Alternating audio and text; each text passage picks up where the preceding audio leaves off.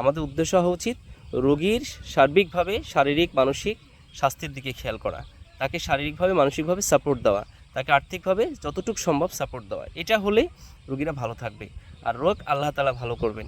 হ্যাঁ, যদি আমরা একই সাথে এলোপ্যাথি, হোমিওপ্যাথি, ইউনানি, আয়ুর্বেদিক সবাই মিলে যদি একটা রোগীকে ভালো করতে পারি তাও তো ভালো, সে তো ভালো থাকবে। একজন মানুষ হিসেবে আমাদের তো এটাই করণীয়। আমার চিকিৎসা পদ্ধতি নিয়ে যদি রোগী ভালো না থাকে তাহলে আমার কী লাভ বলেন? বা এলোপ্যাথি খেয়ে যদি রোগী ভালো না থাকে, ইউনানি খেয়ে যদি রোগী ভালো না থাকে, তা আমার পিউরিটিতে কী দাম হবে? সুতরাং আসুন আমরা সবাই মিলে আমাদের যে টেন্ডেন্সিগুলো আছে এই টেন্ডেন্সি পরিবর্তন করি। আমরা এমন একটা প্ল্যাটফর্ম তৈরি করার চেষ্টা করি যেখানে আমাদের মানসিকতা থাকবে সবার এইরকম যে আমরা সার্বিকভাবে রোগীর কল্যাণ চাই, রোগীর শারীরিক মানসিক আর্থিক বিষয়ে আমরা সাপোর্ট দিতে চাই এবং সেইভাবে আমরা কাজ করতে চাই।